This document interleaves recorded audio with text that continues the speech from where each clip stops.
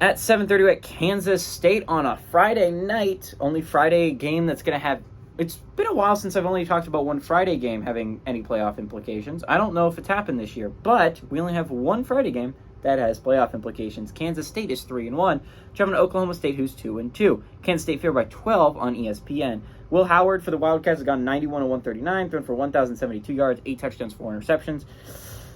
DJ Giddens has had 66 carries for 423 yards and 4 touchdowns, and Ben Sinnott has had 16 catches for 247 yards and 2 touchdowns.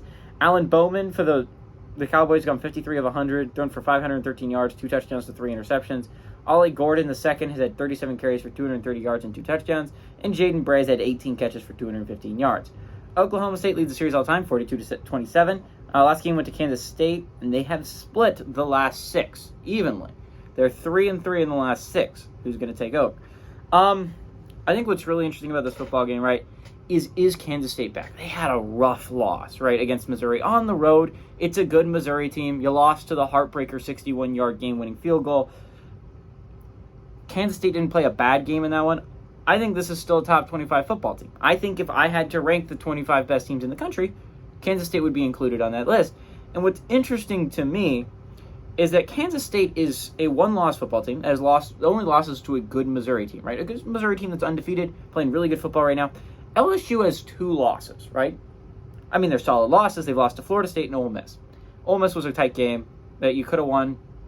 Florida State was not quite as tight, but it's a 2-loss football team. That is a team that has been eliminated from playoff contention. As you will hear in the amount of games I'm talking about, there's a lot of teams that are still in playoff consideration that aren't ranked. There's a lot of undefeated teams that aren't ranked.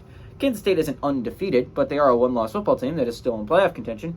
I feel like they should be a top 25 football team over a team like LSU. And I'm going to say this about other teams. I'm going to talk about it in the Maryland-Ohio State game. I'm going to moan about it some more there. I'm going to be upset that A&M's not in the top 25. I'm going to be upset a lot of teams are in the top 25. And honestly, if it was all playoff-eligible football teams, I wouldn't have a problem with Kansas State being left out. I wouldn't have a problem with A&M being left out. I wouldn't have a problem with Purdue being left out, as long as one of them were in the top 25.